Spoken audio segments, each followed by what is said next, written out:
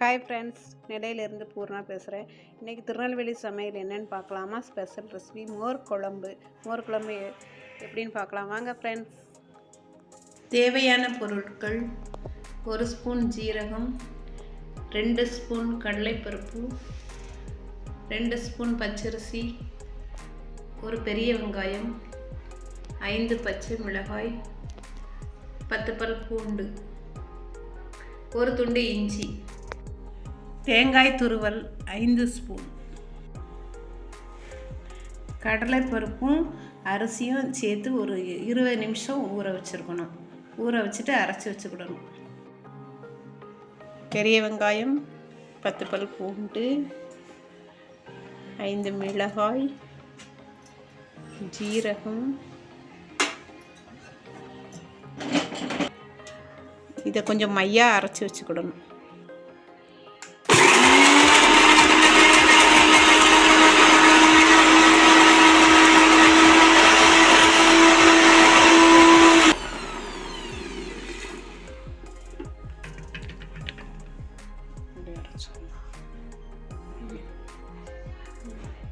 இஞ்சி ஒரு துண்டு, பச்சை மிளகாய், சீரகம், வெள்ளைப்பூடு, பெரிய வெங்காயம் மைய அரைச்ச விழுது. இது இஞ்சி தனியாக அரைக்கணும். ஒரு நாளைக்கு முந்திய தயிர், அதாவது நேற்று முன்தினம் அந்த மாதிரி இருக்கணும். ஒரு கிளாஸ் தயிர்னால் 2 டம்ளர் தண்ணி எடுத்துக்கணும். இப்போ தயிரை மட்டும் கிரைண்ட் பண்ணிவிட்டு 2 கிளாஸ் தண்ணி ஊற்றி கரைச்சி வச்சுக்கிடணும்.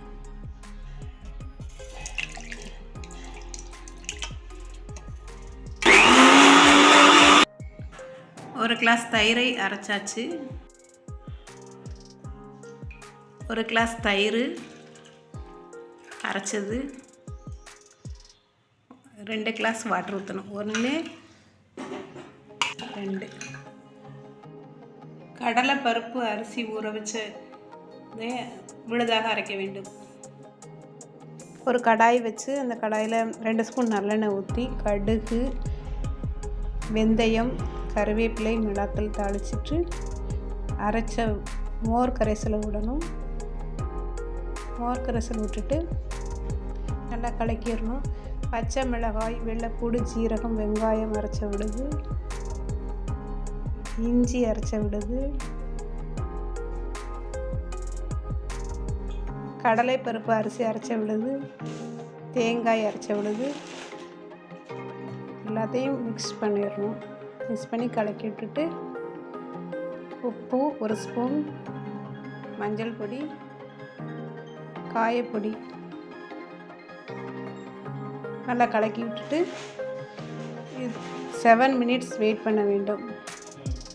பொங்கி வர்றது தான் பக்குவம்.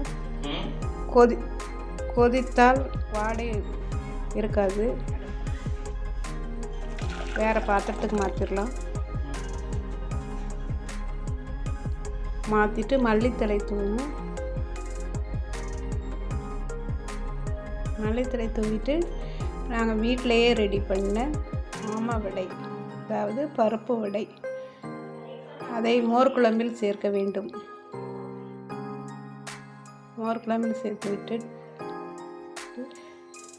15 நிமிஷம் மூடி வைத்திருக்க வேண்டும். மோர் குழம்பு ரெடி. வாங்க ஃப்ரெண்ட்ஸ், பரிமாறலாம், சாப்பிடலாம். வீடியோ பிடிச்சிருந்தால் லைக் பண்ணுங்கள், ஷேர் பண்ணுங்கள், கமெண்ட் பண்ணுங்கள், சப்ஸ்கிரைப் பண்ணுங்கள். Thank you friends.